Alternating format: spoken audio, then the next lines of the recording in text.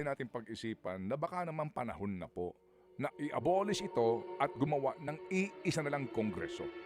Sa napakaraming kadahilanan, kasama dyan po ang budget. Kasi ngayon, pag pinag-combine mo, ang laki ng perang ginagasta ng bayan para sa kanila. At sa gitna nito pong ating napatunayan din po ngayon, na conflict of interest sa maraming miyembro po ng lower house na involved dito po sa skandalong ito, itong mga kontratistang ito. And then yung pong political dynasty na yan, na issue, etc., etc., baka naman napapanahon na. Yung mga sa pelikula na yung palang mastermind mismo yung presidente. Anong pelikula yan? Hindi ko pa napapanood ng movie. Dinadala mo ako kasi sa mga sa mga fictional Aminin na Meron niya. naman akong series na napanood, yung Ano yung palang mastermind sa lahat ng sindikato. yung presidente pala. Oo, di ba? Tsaka yung kanyang pamilya. Oo. Christmas. All right. Ang tanong ko kanina kay Baby Girl, ano ba ang magandang balita today, Baby Girl? Naku, baka ito naman magustuhan nyo na. Kahapon, di ba, nag-anunsyo ang Pangulo. Wow. Ang sabi niya Ano ay sabi niya? ikinakansela na officially yung pasaporte nitong si Zaldi. So nung umaga pa lamang, aga-aga kahapon, sabi ko parang may something. Oo, ito mismo ang sinabi ng Pangulo. Anong sabi niya? Inuutusan ko ang DFA at ang PNP na makipag-coordinate sa ating mga embahada. Okay. Para masiguro na hindi makapagtatago ang hinahabol natin. Kapag napunta siya sa bansa nila, dapat i-report nila agad para maibalik natin siya sa Pilipinas. Sabi niya nung una, ipinapaalam ko sa inyo na nakansela na ang pasaporte ni Zaldico. At kinumpirma naman yan. Kinumpirma yan na alas 5 nga po ng hapon kahapon ay officially canceled na ang passport ni Zaldico. Kasi nga Good po, news ba yun? Hindi, sandali muna kasi po yan po ay court order. So, kumbaga, unang nakaalam ang presidente. At kasi usually, ang mag-aanunsyo niyan dapat ombudsman o kaya po naman ng DFA. Pero Yes. dito mismo ang Pangulo ng Pilipinas po ang nag-anunsyo. Kaya nga medyo kinakabahan na ako, inaagawan tayo ng trabaho ng Pangulo. Siya na yung nag-report. Imbis na tayo ang magre-report, nauna na ang Pangulo. Tapos may time pa yung mga podcast ha. Hindi ba? Dire-diretso yung mga episodes niya sa kanyang podcast. Hindi Sa nga po. dami ng ginagawa ng Pangulo. Alam niyo kasi... Pero siguro naman masaya na kayo ngayon. Kayong mga nagsasabi na ang tagal-tagal na, hindi pa kinakansela tsaka ang passport ni parang Zaldi. aburahin yung isipan na mukhang may something. Oo. Pero alam niyo kasi kung ikaw din ang Pangulong Marcos at ang pinakahuli pong mga pag-aaral, pagtatanong, ang iyong popularidad, yung iyong political capital, wala na halos. At pababa ng pababa ang iyong trust ratings at saka satisfaction ratings, mukha ho namang gagawa ka ng kaparaanan para din kahit papaano ang mga Pilipino ay magkaroon ng pag-asa. Dito nga po sa kalutasan po at pagpapanagot dito po sa mga nagkasala at gumawa nitong pinakamalaking iskandalong ito. Siguro kauna-unawa naman yun. Opo, na yan mismo ang gusto mangyari. Pati ang ilang mga taga-gobyerno na sinasabi na dapat sila kasi yung order hindi naman nila na i-publish yung mismong Sandigan Bayan order kasi yung abogado ni Zaldico nagsasabi, excuse me, meron pa kaming 5 days dyan upon receipt para kami mag-komento. Pero wala daw ganon, sabi ni Atty. Rondain na gusto namin makapanayam. So dito bigyan natin po ng presumption of regularity yung anunsyo ng presidente na totoo po na mayroong order ng Sandigan Bayan at tinanggap yung order po ng DFA at sila po ngayon ay obligadong magpatupad nito. So bigyan natin yan ng presumption of regularity. So Mr. President, good morning po sa inyo. Kung nanonood kayo ngayon sa amin ni Chacha, si Chacha po may sabi nun hindi ako. Pero kaya kayo sa kahapon, amin. baka napakinggan niyo po yung sinasabi nga ng mga issue nung una ng mga blackmail. Anyway, sige. So, magandang balita daw po dahil nakansela na. So what's next? Yun na nga. Ano ba susunod? Ngayon si Sara Diskaya nasa NBI na. Si Sara daw, tularan daw po ninyo ang sabi ng NBI. Tularan nyo, hindi na kami pinahihirapan pa. Di ba? Mauna Tama ng naman. surrender. Oo. Oo. Kaya lang, meron pang isang balita. Yun daw, pinsan yata ni Senator Mark Villar. Umeska po na. May mga ganun din. Pumunta na daw ng Japan. Yung pinsan. Oo, yung pinsan. Tama. Tama pa pinsan ba ito? Oo. Ang kilarang apelido, pinsan ba o tsuhin? Hindi ko alam. Anyway, so dito muna tayo kay Zaldico. Bago tunghayan po si Sara na mukha hong umaatras doon sa sinasabi daw po na nakikipag-usap sa kanya ang DOJ at sinasabi nga na sandali lang, magkano ba may sauli mo? Yan, ayaw daw nilang magsimula ang usapan sa pagsasauli ng pera. Di ba? Siguro hanggang ngayon, iniisip nila baka kaya nilang itago yung kanilang mga kinita dito sa mga mga maanumalyang kontrata. Pero kay Zaldico, ang next step dyan, at kailan? Kasi dyan ho mga kapatid, ang atin di po mararamdaman, makikita ang sinseridad po ng gobyerno na mapauwi dito si Zaldi. Ang tanong dyan, okay, may order na po sa lahat ng mga embahada, etc. Kung gaano din po siguro kabilis, no, na pabalik dito sa Pilipinas itong si Arnie Teves. At kung gaano po din na-implementa ang Interpol sinasabing para yung Interpol mapakiusapan din, ma-red notice na siya, mapabalik na ho sa Pilipinas. Yan po naman pong ating hihintayin. Alright, so Mr. President, good morning po sa inyo. So sino pong pupunta ron sa kung saan mang mga lupalo para halugugin na kung nasa saan po si Zaldico? Okay? Naalala ko tuloy yung ugnayan natin dito sa isang kausap natin na isang abogado na expert din sa mga ganitong bagay. Ang sinasabi niya, once daw makansela yung passport, kung makikipag-ugnayan sa international police, madali daw para sa ibang bansa na hanapin kung sino man ang ipapahanap natin. Dito lang naman daw sa Pilipinas ang mabagal. Okay. So, magiging mabilis kaya? After ba nito, sila ba yung makikipag-ugnayan na sa international police? That's the question now. Yan ang ating Ano bang notice ang ilalabas? Is it blue? Is it red? Ano ba talaga? Opo, sige po. So mga kapatid, abangan po natin, hindi pa ho dyan kung baga nagtatapos ang kwentuhan na iyan. So ako talaga naiintindihan natin ng Presidente. Dito po sa bukas makalawa, ano rin yan, yung mga, siguro pag naglabas din po ng iba pa mga aresto, siya na ang mag-a-announce. Kasi nga para ho, ang dating is that, ito na, tinutupad ko na ang sinasabi ko sa inyo. Ang kanyang At mga dito, pangako. sabi nga niya, di ba, walang malaking pangalan, walang mataas na opisyal, lahat mananagot. Oo. At yan ang gagaling. Iba kasi kapag nanggagaling sa Presidente, In fairness naman. Diba? Tsaka para din makita ng tao na talagang tinututukan niya itong issue ng flood control scandal. oo. At saka hindi may tatanggi din, alam niyo ho yun, yung hinahanap natin, wag na ho tayong magpaligoy-ligoy pa, yung pogi points na posibleng likhain nito. Oo. Kaya ko rin naalala ko, noong panahon na may isang gustong kumandidatong senador Oo. na opisyal ng gobyerno para makakuha ng pogi points, siya nag-traffic. Anong taon Kaya yan? si Big Boy, Ipahanap ko nga yan. Di ba? Talaga. Big Boy, siya nag-traffic. Siya mismo ang gumit na. Siya, Oo, sa kaya C5. magandang. Abay, Oo. nag-traffic siya. Oo. Sigurado makakakita tayo niyan mga Siya later next siya ang year. nag-traffic talaga. Oo, siya nang nag-traffic. Huwag niyo maasahan ng Presidente na sa tindi na problema ng traffic na siya papakit na sa kalsada. Hindi nyo naman sure. Oo, malay nyo naman, gawin nga ng Pangulo. Malay nyo, mamaya, subukan ng Pangulong bumiyahe sa EDSA nang malaman niya kung gaano ka-traffic ngayon. Nang naka-jeep. O kaya... Napatunayan niyan rin itong sinasabi na naman ni Chairman Artes. Oo nga, nasisi na naman yung mga mall-wide sale, ano? Hindi lang yon, Chairman Artes talaga. Okay ka talaga, Chairman, ha? Ikaw talaga, Chairman. Ang panawagan mo na naman sa amin, wag na kaming gumamit ng ating mga sasakyan at mag-commute daw para makabawas sa dami ng auto sa kalsada. Kasi nga, ang sinasabi niya, ito daw kalsada natin, halimbawa itong EDSA, Limitado. 450,000 na ngayon ang mga bumabiyahe, pang 250,000 lang daw na sasakyan yan. Oo, so sobra-sobra na. So ang sabi nga niya sa ating pong mga, ito ho, sa mga middle class, sa mga nakakotse ngayon, nahulugan, sa mga naghahatid po sa mga bata, sa lahat din po ng mga may obligasyong umalis na maaga para po hindi malit sa mga trabaho, mag-commute daw po tayo. Ang problema ko, Chairman, wala akong masasakyan kasi madaling araw ko maalis. At wala pa hong masyadong bumabiyahe niyan dito po sa akin pinanggagalingan. Pero siguro, Chairman, ito po, maganda. Pakita nyo nga po sa amin, please. Mauna kayo. Mauna po kayo. Ihatid mo yung anak mo diyan sa Katipunan na nagko-commute ka. Meron ka ba masasakyan dyan? Oo, magandang sample. Papunta po dyan sa Katipunan na public transport. Tama. Sa Walk na to? panggagalingan po ninyo. Subukan lang po ninyo. Try lang po. Try. Okay. O kaya pupunta ka sa office mo dito sa EDSA, Mandaluyong, sa MMDA office. Sige nga po, mag-commute po kayo galing sa iyong tinitirhan na subdivision. Mauna po kayo. Mauna po kayo. Okay? Sige. Okay? So, sinasabi mo, gawin mo. Yan, Chairman, Walk ha? the talk, ika nga. Oo. Chairman, ito ho naman po pakiusap lang po naman ito. Hindi ho namin kayo pinipilit, no? Pakiusap lang po ito. Alright? But don't worry po. Ha? Amin pong ipopromote ang Manila's finest. Nakasali sa Metro Manila Film Festival ngayong taon. Oo. Ay, nako. Alam nyo, sometimes talaga or kadalasan parang wala silang connect, no? Wala silang connect, mga kapatid, no, sa nangyayari. Kung bakit obligado pong magpundar ng sariling kotse ang ating pong mga kababayan. Kahit na pong matraffic ka, kahit papaano, at least na andong ka sa loob ng kotse mo.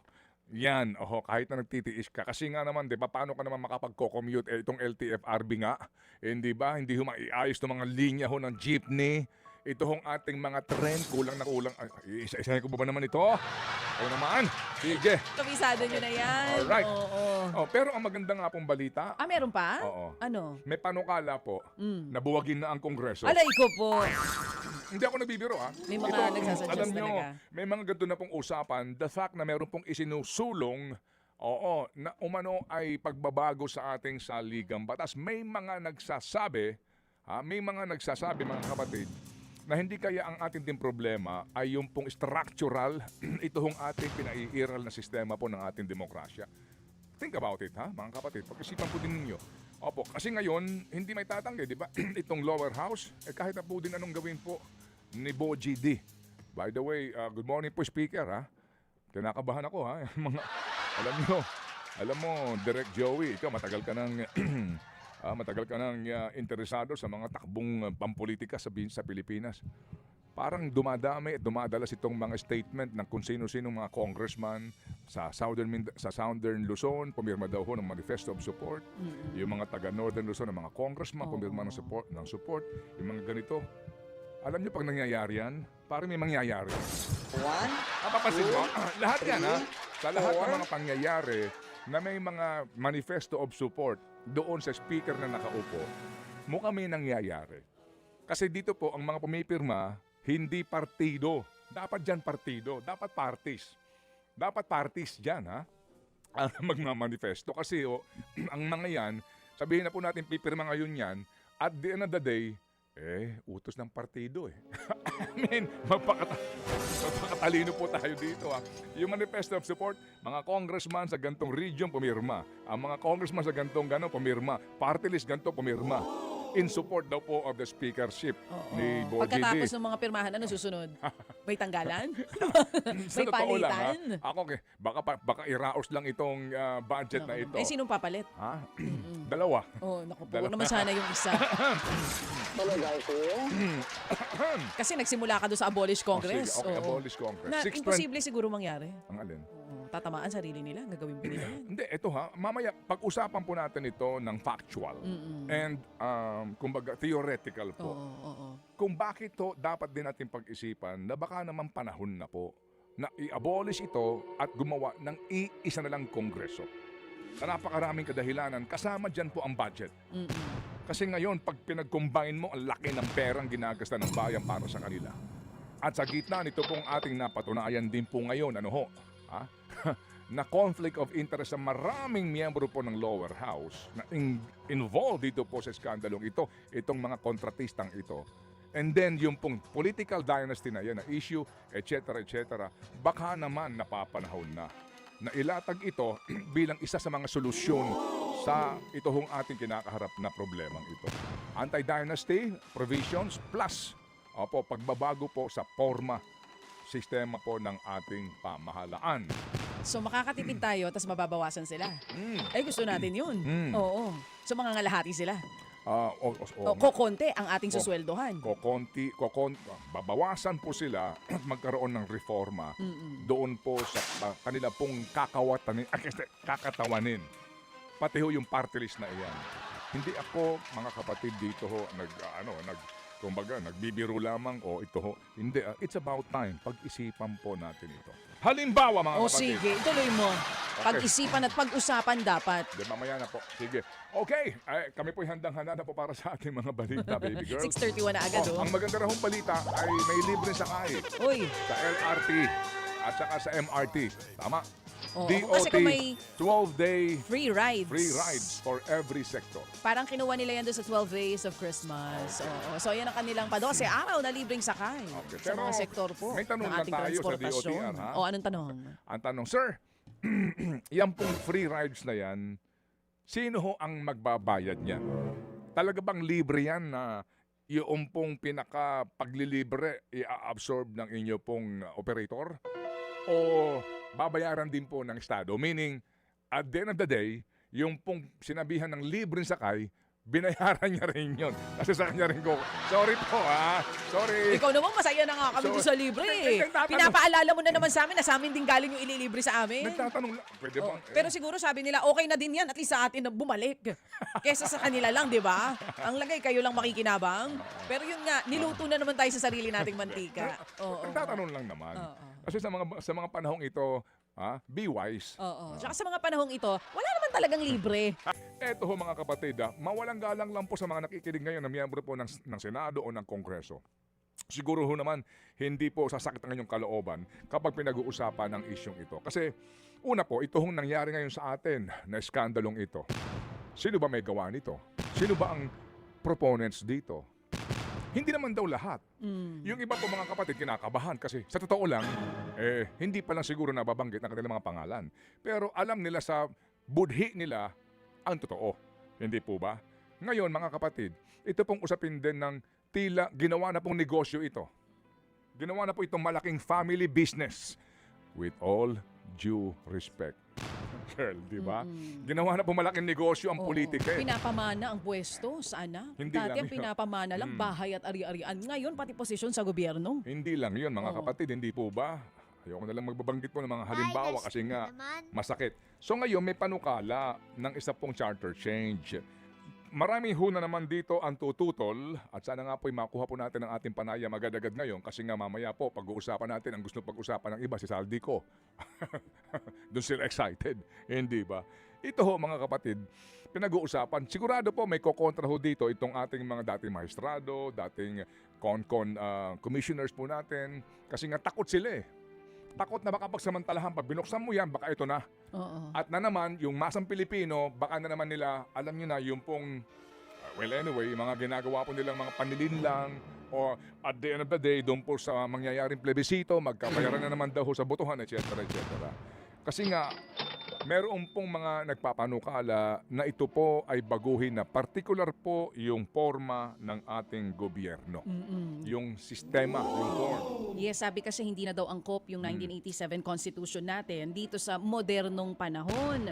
Pero siguro isa rin ako sa nag-aalala no? Kung sakali bang babaguhin natin yung structure ng gobyerno natin at ipilit natin itong gusto rin ng iba na Constitutional Assembly or Constitutional Convention, yun na ba talaga ang magiging sagot dito sa problema natin ngayon na malalang korupsyon? Hindi natin masasagot Yun yan. na nga eh.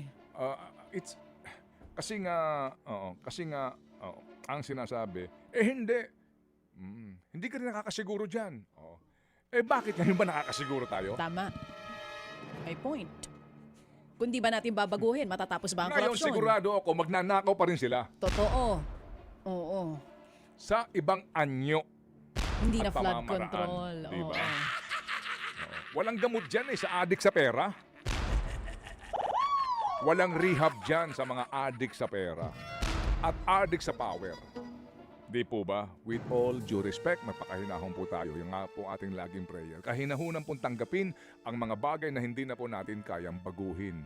Pero lakas na loob na baguhin ang mga bagay na kaya pa po natin. Ito po kaya pa natin baguhin to. Otherwise nga po, mag-resign tayong lahat. Tumigil na po tayo dito.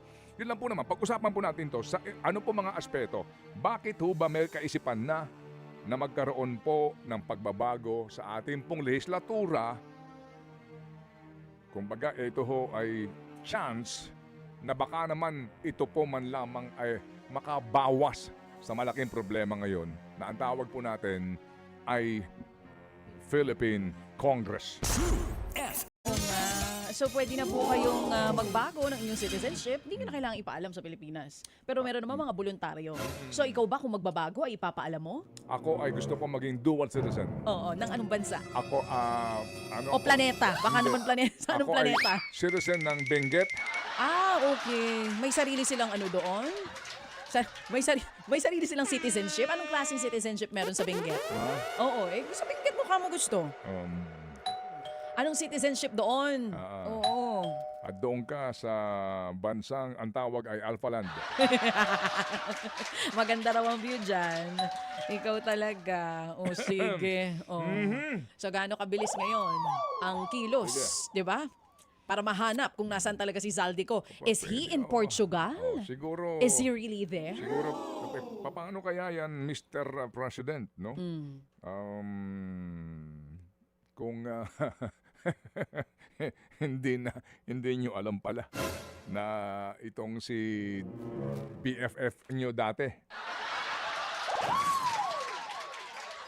At BFF ng inyong first cousin at ng inyong son ay ano na pala, citizen of another country. So siguro sabi po ni Saldi mo. Hello. DiCaprio kaya ini. Ano yun? It's me, Leonardo. Leonardo DiCaprio. Nagbago na ng ano, no? May accent agad. Ilang buwan pa lang. It's Sa me, bagay Leonie. eh. I'm Leonie. Oo, Leonie? Leonardo. Di Guzman? Leonie Di Guzman. It's me, Leonie DiCaprio. Oo, sige. Diba? Leonie Meaning, ka. pelikula po na Catch Me If You Can. Nakita ko yun nasa Netflix yun Oo. Oo. Oo nga, no, kung mag-disguise na ng baka, paano yan kung Naku mag-wig naman sa na? dami ng pera, pwede talaga magpapago ng mukha. Mag-wig na siya. Hindi lang wig, pabago mo yung mukha mo. Oo, madali lang naman Gawin siguro mo yun ng para sa kamukha mga may nino. pera. Leonardo, pwede niya gawin kamukha ka, Ted Filon, yung gusto niya. Gusto ko maging kamukha ni Ted Filon, ganun. Oo. Depende sa kanya. Oo. Kahit sinong gusto niya maging kamukha. Pero di ba yan kasi yung mga napapanood natin sa pelikula na hindi naman natin alam kung nangyayari sa totoong buhay. Pero di ba, yung pagbubuhat ng mga mali-maliitang pera, napapanood lang din natin yan sa pelikula. Nangyayari naman pala talaga sa totoong buhay. So pwedeng yung mga iniisip natin ngayon, yun talaga ang gawin nila. Napanood ko rin yung mga sa pelikula na yung palang mastermind mismo yung presidente. Anong pelikula yan? Hindi Hindi ko pa napapanood ng Kasi movie. dinadala mo ako kasi sa mga fictional Aminin na Meron niya. naman akong series na napanood, yung Ano yung palang mastermind sa lahat ng sindikato. yung presidente pala. Oo, di ba? Tsaka yung kanyang pamilya. Oo, saan yan? Sa Aminin na Netflix, niya. Prime Video. Ah? O sa dito sa Marami Media na Quest. pagkakataon yan, di ba? Na yung pinuno ng sindikato, ay mga Mga halal na opisyal, ano? Oo. Di ba Totoo usually yun. congressman. Oo. Yes, madalas yan sa Pinoy movies. Dito sa Amerika, senator. Oo. Marami. Right? Ilan na yan? Itong huli ko napanood. Sino tong, pelikula ito sa... Sige, nasa dulo ng dila mo. Oo, ano nangyari? Oo. Oo. Ano nangyari doon sa napanood mo? Anong ending? Happy ending ba? Yung napanood? Ha? Oo. Happy sila. Hindi happy ending yun. Sandali lang po. Sandali lang. Meron po tayong The Daily Brand, meron po tayong Letter Sender, and ang ating pong happy hour, ang ating pong napagtagumpayan kahapon na panadero at isa pa hong magandang balita. Gusto ko sanang talakayin itong pinag-usapan natin na structural reform daw na kailangan.